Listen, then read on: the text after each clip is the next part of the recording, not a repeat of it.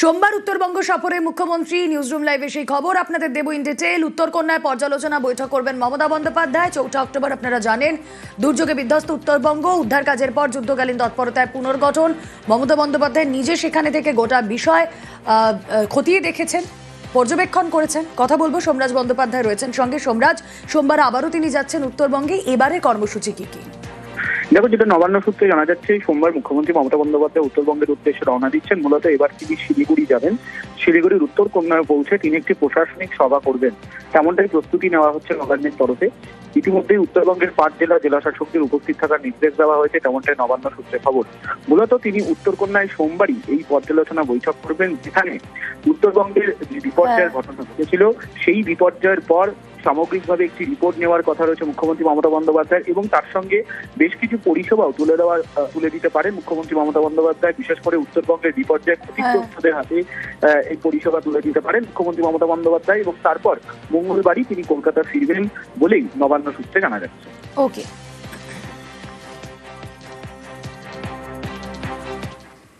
SIR আতঙ্কে ফের আত্মঘাতী। বহরমপুরে এসআইআর আতঙ্কে আত্মহত্যার অভিযোগ। 2002-এর তালিকায় নাম না থাকায় আতঙ্ক।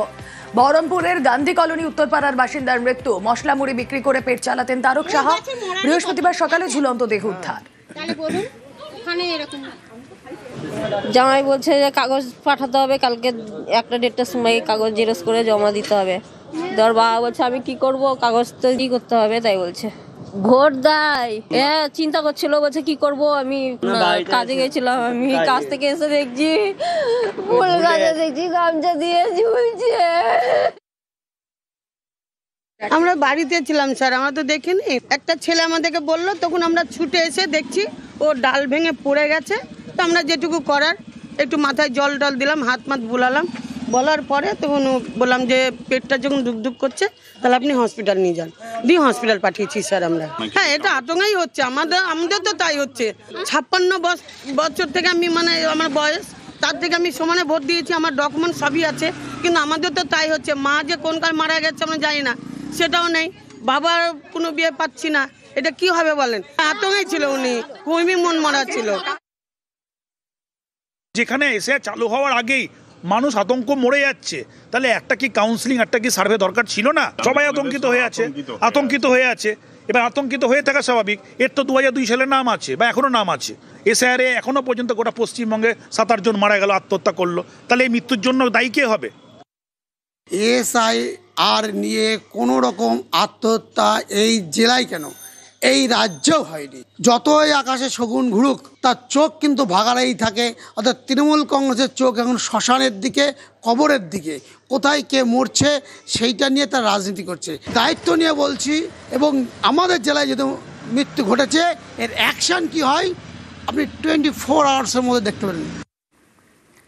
2002-এর পর 2025 রাজ্যে চলছে এসআইআর। ফর্ম বিলি ঘিরে হাওয়া গরম।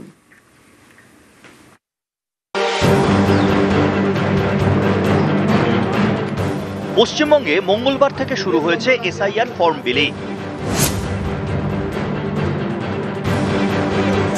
এ নিয়ে নানা জায়গায় এসআইআর সহায়তা কেন্দ্র চালু করেছে বিভিন্ন রাজনৈতিক দল। উত্তর দিনাজপুরের ইসলামপুর শহরে বিজেপির অফিসের বাইরে এসআইআর এর পাশাপাশি খোলা হয়েছে সিএএ শিবির।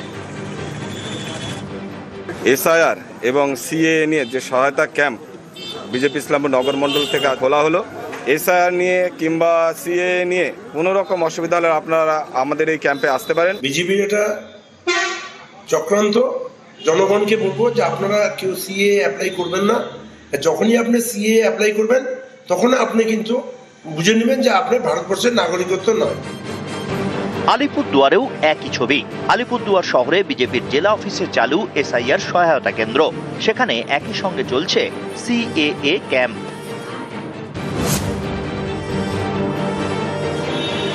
দক্ষিণ 24 পরগনার বারুইপুর, এখানকার বেগমপুরের বিএলও অঞ্জনা মণ্ডল, বিজেপির বিএলএ সুরজিৎ বিশ্বাস। মঙ্গলবার এসআইআর ফর্ম বিলি নিয়ে দুজনের মধ্যে বচসা। এরপরেই বিজেপির বিএলএ কে বিএলও মারধর করেন বলে অভিযোগ। ওনাকে বলেছি ফর্ম দিয়েছেন, আপনি আমাকে জানাননি কেন? তো বললো না আমি নিয়ে এসেছি, আমি 10টা ফর্ম নিয়ে এসেছি, আমি যাদেরকে চেনা তাদেরকে দিয়েছি। আমি আপনি তো আমাকে না জানিয়ে দিতে পারেন না। তো এই কথাতে ওনার সঙ্গে আমার একটু তর্কতর্কি বা কথা কাটাকাটি হয়। উপপ্রধানের স্বামী রিয়া বর্মনের স্বামী কোথা থেকে এসছেন, বাইক চড়ে এসে আমাকে যথারীতিভাবে ধস্তাধস্তি ধাক্কাধাক্কি হিল ঘুষি। এটা সম্পূর্ণ মিথ্যে। বিজেপিরা আগে থেকেই আমাকে হুমকি দিয়েছে, আমাদের না নিয়ে ঘুরলে ইয়ারোর কাছে তোমার চাকরি নিয়ে করব, কি করে চাকরি বাঁচে দেখব। ওরা আমার কাছে মিথ্যে অভিযোগ করে ফেসবুকে লিখেছে আমি নাকি ওদের আই কার্ড ছিঁড়ে দিয়েছি। বৃহস্পতিবার এসআইআর ফর্ম বিলি ঘিরে লেকটাউনে উত্তেজনা। লেকটাউনের বিধানপল্লীতে বিএলওর সঙ্গে ফর্ম বিলি করতে যান বিজেপির বিএলএ। অভিযোগ তখন কাজে বাধা দেন স্থানীয় কয়েকজন তৃণমূল কর্মী।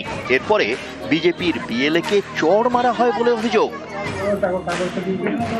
বাবু চৌধুরী আমার খাতা কেড়ে নেবে, খাতা কেড়ে নিয়ে এরকম করে খাতা কেড়ে নেবে। আমার হাতে মোবাইলটা ছিল, আমার খাতা যেমনি কেড়ে নিয়েছে ওর গায়ে গিয়ে মোবাইলটা লেগেছে আমার হাতটা নিয়ে।